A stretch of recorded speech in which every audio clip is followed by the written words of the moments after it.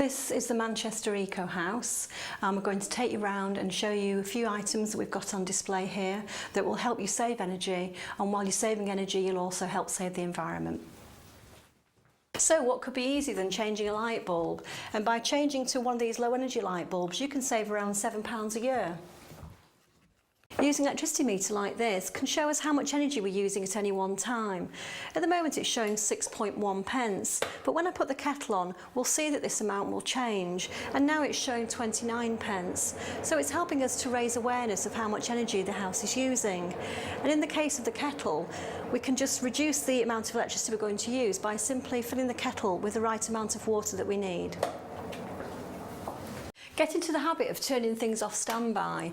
Every year in the UK, TVs and video is left on standby, consuming enough electricity to power the Blackpool illuminations continuously for 10 years. From this thermal imaging photograph, you'll see the house on the right has got dark colours, and that's because it's got cavity wall insulation and it's keeping the heat in the property. However, the house on the left is showing lighter colours, and that's because it's not got cavity wall insulation, and so therefore it's losing about 33% of its heat loss through the walls.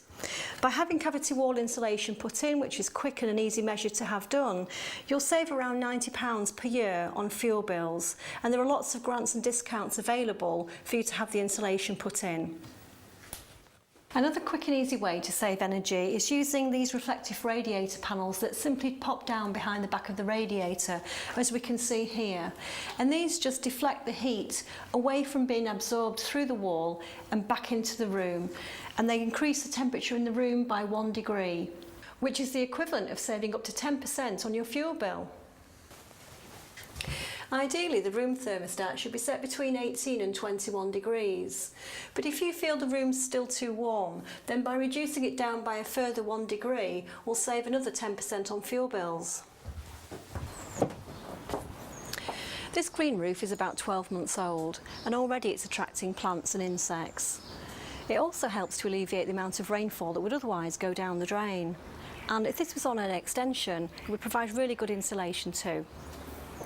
There are things that we can do today and every day to save energy. No-cost things like closing the curtains at night to keep the heat in the room, turning off the lights in rooms where it's not needed, and making sure things like the fridge and freezer door aren't left open for longer than necessary.